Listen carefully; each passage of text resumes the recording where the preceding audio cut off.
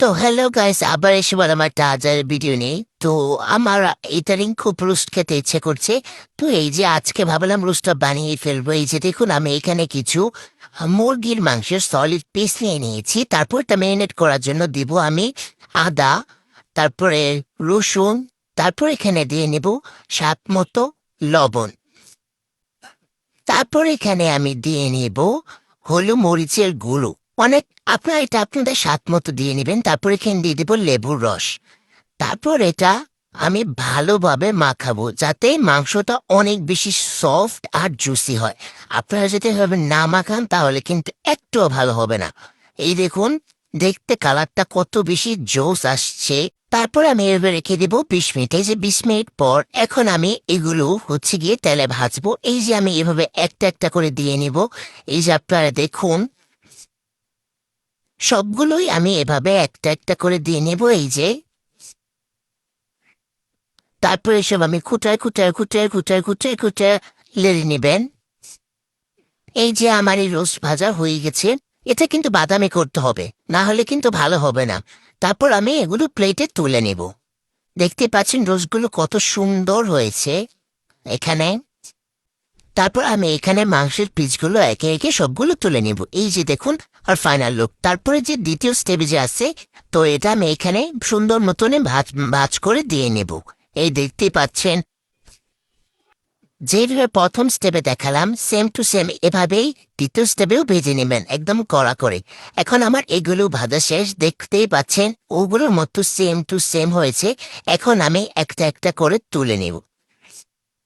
এই যে দেখুন কত সুন্দর হয়েছে। এখন আমি এইগুলো এখন আমি চুলাতে হালকা খানিকটা তেল দিয়ে দিব। তারপর দিয়ে দিব পেঁয়াজ কুচি। তারপরে পেঁয়াজ কুচিটা আপনারা আপনাদের মন মতো দিতে পারবেন। তারপর এটা আমি এখন লাড়িয়ে নেব। এই যে দেখতে পাচ্ছেন পেস্টটা একদম বেরেস্তা করতে হবে আমাদের। তারপর এখানে দিয়ে দিব আদা বাটা। তারপর এখানে দিয়ে দিব রসুন বাটা। তারপর এখানে দিয়ে দিব পেঁয়াজ বাটা। এখন আমি এটা ভালোভাবে লাড়িয়ে নেব। তারপর এখানে দিয়ে দেবো স্বাদ মতো লবণ। তারপরে আবার এটাকে ভালো করে মিক্সড করে নেব। তো দেখতেই পাচ্ছেন আমি কত সুন্দর করে মিক্সড করছি। তারপরে দিয়ে দেবো রাঁধুনি রেডি মিক্সড রোস্টের মশলা। তো এটা পুরোটাই দেওয়া লাগবে, না হলে কিন্তু স্বাদ হবে না। পুরোটাই আমি ভালো করে ছিটিয়ে ছিটিয়ে ছিটিয়ে ছিটিয়ে দিয়ে নিব। তারপর এটা ভালো করে মিক্সড করতে হবে। তারপর আমি এখানে দিয়ে নিব হালকা খানিকটা টক দই। টক দই না দিলে কিন্তু রোস্টের ওই একটা ক্রিমি ক্রিমি ফ্লেভারটা আপনারা পাবেন না। তারপর আমি দিয়ে দিব কয়েকটা কাঁচামরিচ, এবং কয়েকটা কাঁচামরিচ দিয়ে আমি আবার এটাকে মিক্সড করব।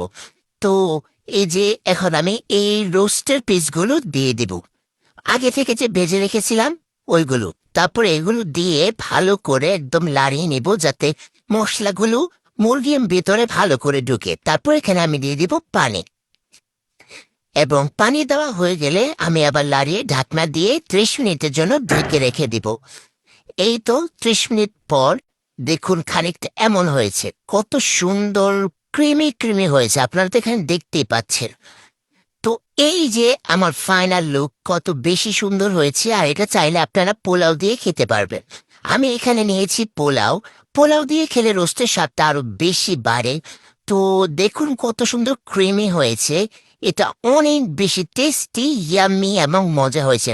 আপনারা চাইলে